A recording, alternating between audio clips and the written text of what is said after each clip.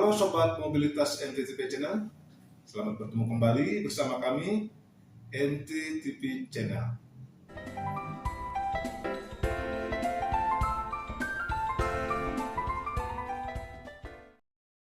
Memahami rute terakhir kargo udara. Istilah rute terakhir atau last mile dalam logistik mengacu pada tahap akhir pengiriman barang dari hub transportasi, dalam kasus kita bandara kargo, ke tujuan akhirnya, yaitu gudang, toko, atau langsung ke konsumen.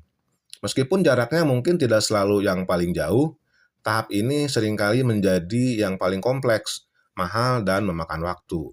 Mengapa? Karena melibatkan beberapa hal, diantaranya jaringan jalan yang kompleks, mengarungi kemacetan kota, jalan-jalan sempit, atau daerah pedesaan. Kemudian ada berbagai jenis kendaraan, mulai dari truk besar hingga van pengiriman kecil. Selanjutnya ada perencanaan rute yang cermat, yaitu untuk efisiensi waktu dan biaya. Yang terakhir, tuntutan waktu pengiriman, yaitu kebutuhan akan kecepatan yang tinggi setelah kecepatan udara. Bagaimana sebuah kiriman dari Bogor yang terbang ribuan mil bisa tersandung di beberapa mil terakhir perjalanannya? Itulah mengapa rute terakhir ini memerlukan perhatian khusus. Tahapan berikutnya, tahapan kunci pengiriman dari bandara ke gudang. Setelah kargo berhasil dilepaskan dari fasilitas bandara, proses pengiriman darat dimulai. Berikut adalah tahapan utamanya. 1. Pemuatan kargo atau cargo loading. Kargo yang sudah di clearance akan dipindahkan dari area penanganan kargo bandara ke kendaraan pengangkut darat.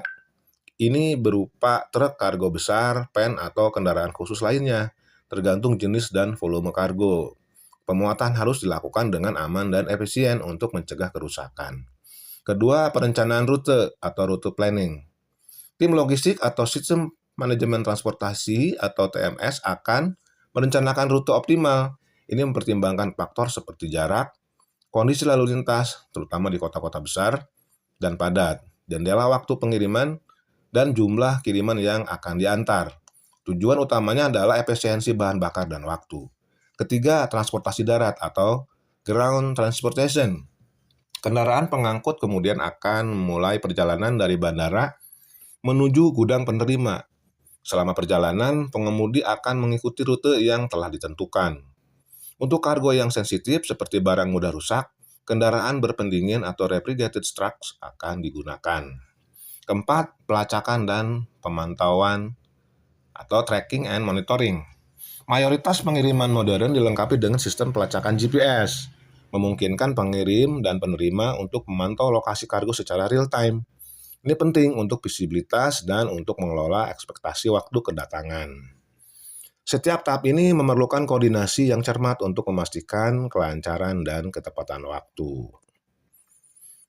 Penyerahan di gudang dan verifikasi akhir. Kedatangan kargo di gudang penerima bukanlah akhir dari cerita, melainkan awal dari tahap verifikasi akhir yang tak kalah penting.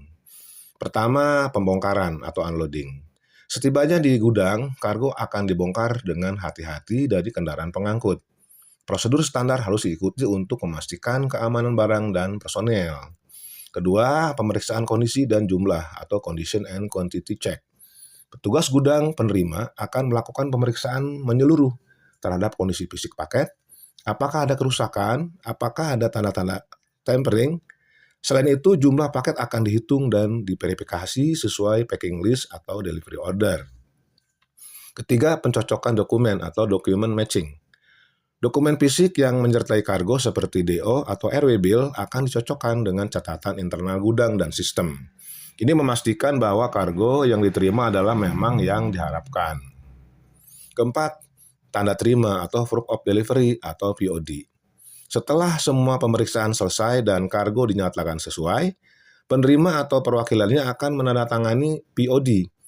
Ini adalah bukti resmi bahwa kargo telah diterima dalam kondisi baik atau dengan catatan kerusakan jika ada. POD ini sangat penting untuk penyelesaian transaksi dan sebagai bukti layanan pengiriman telah dipenuhi. Proses penyerahan yang teliti ini memastikan akuntabilitas dan meminimalkan potensi perselisihan di kemudian hari. Sobat Mobilitas YouTube Channel, demikianlah bahasan kita kali ini. Jangan lupa tekan like, subscribe, dan aktifkan lonceng. Terima kasih.